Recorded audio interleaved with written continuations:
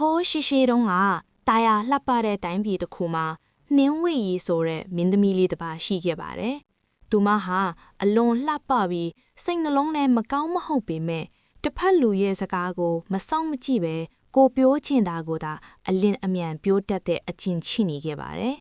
။တနေ့မှာတော့တိုင်းပြည်ကိုလှည့်လည်လာတဲ့စုံမအိုကြီးတယောက်က အကူအညီတောင်းလာခဲ့ပါတယ်။ဒါပေမဲ့မင်းသမီးလေးဟာသူမစကားကိုအဆုံးထိနားမထောင်ပဲလက်ယူရှုလိုက်မိတာကြောင့်စုံမကြီးကဒေါသထွက်ပြီးကိုပဲပြောချင်တာပြောနေသူအခုကစပြီးတခြားသူစကားကိုပြန်လိုက်ပြောရတဲ့ကြက်တူရွေးဖြစ်စေစစ်မှန်တဲ့မေတ္တာနဲ့အနစ်နာခံကိုညီနိုင်မှတာလူပြန်ဖြစ်စေဟုကျင်စာတိုက်လိုက်ပါတယ်ချက်ချင်းမင်းသမီးလေးဟာစိမ့်ဆိုတဲ့အတောင်ပံရှိတဲ့ကြက်တူရွေးကလေးအဖြစ်ပြောင်းလဲသွားပြီးတောအုပ်ထဲသို့တယောက်တည်းပြန်ထွက်သွားရပါတော့တယ်။လူပြန်ဖြစ်ချင်တဲ့စိတ်နဲ့မင်းသမီးလေးဟာကူညီရင်ဖြစ်မယ်ဆိုတဲ့အတွေးနဲ့အခွင့်အရေးတွေရှာဖွေခဲ့ပါတယ်။ဒီနေ့မှာကုံတယ်တယောက်ရဲ့ရွှေတင်ကားအိတ်ပြုတ်ကျနေတာကိုတွေ့တော့ဒီကိုကောက်ပေးလိုက်ရင်သူကျေးဇူးတင်ပြီးငါလူပြန်ဖြစ်မယ်လို့တွေးပြီးပြန်ပေးလိုက်ပါတယ်။ကုံတယ်ကဝမ်းသာအားရကျေးဇူးတင်ခဲ့ပြီးမြဲမင်းသမီးလေးမှာတစုံတရာပြောင်းလဲမှုမဖြစ်ပေါင်ခဲ့ပါဘူး။သူမစိတ်ထဲမှာပထမဦးဆုံးအံ့ဩမှုဖြစ်ပေါင်လာပါတယ်။နောက်တစ်နေ့မှာလည်းတစ်ပင်ဘော်ကဆင်းမရတဲ့ကလေးငယ်ကိုမြင်လိုက်ရပါတယ်။ရွာသားတွေများကြည့်နေတဲ့အချိန်အခုကယ်လိုက်ရင်ငါ့ကိုတရေကောင်းလို့ချီးမွမ်းကြမှာပဲလို့တွေးပြီးကယ်တင်ပေးလိုက်ပါတယ်။လူတွေဝိုင်းဝန်းချီးမွမ်းကြပြီမဲ့ကျင်စာကတော့တစ်ဆက်မှမပြောင်းလဲခဲ့ပါဘူး။အဲ့ဒီအချိန်မှာမင်းသမီးလေးဟာနားမလည်နိုင်ပဲစိတ်ထဲမှာဝမ်းနဲ့စွာ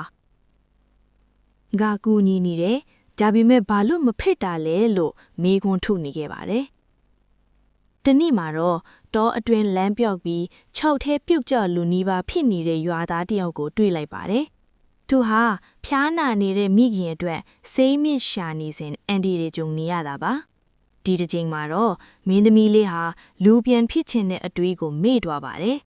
။ဒီလူတေသွားရင်သူ့အမိဘလို့လုပ်မလဲဆိုတဲ့တနာစိတ်တစ်ခုတည်းသာကြံရှိနေခဲ့ပါတယ်။သူမဟာအာကုံကြိုးစားပြီးလမ်းပြပြန်တန်းပေးခဲ့သလိုအန်ဒီရဲ့ရှိတဲ့နေရာတိုင်းမှာလည်းတတိထားလို့အော်ဟစ်တတိပေးခဲ့ပါတယ်။နောက်ဆုံးမှာယောရသားဟာဘေးကင်းစွာဆေးမြစ်ကိုရရှိပြီးအိမ်ပြန်နိုင်ခဲ့ပါတယ်။ဒါပေမဲ့ကြက်တူရွေးလေးဟာအင်အားကုန်ပြီးမြေပြင်ပေါ်လဲကျသွားခဲ့ပါတယ်။ယောရသားကမျက်ရည်ဝယ်ပြီး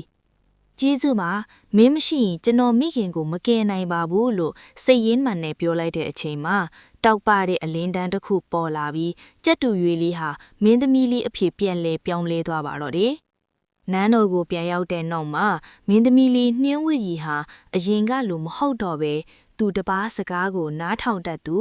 ကိုကျိုးမပါကူညီတတ်သူမင်းသမီးခေါင်းတယောက်ချစ်လာခဲ့ပါတယ်။ကိုကျိုးကြည့်ကူညီမှုသည်အမှန်တကယ်ကူညီမှုမဟုတ်ပါစစ်မှန်တော့မေတ္တာနဲ့ကူညီမှုသာလျင်အထိပ္ပယ်ရှိပါတယ်နားထောင်တတ်မှုသည်မေတ္တာ၏အစပါပုံပြင်လေးတွေနားထောင်ရအောင်လို့ like and subscribe လုပ်ပေးပါ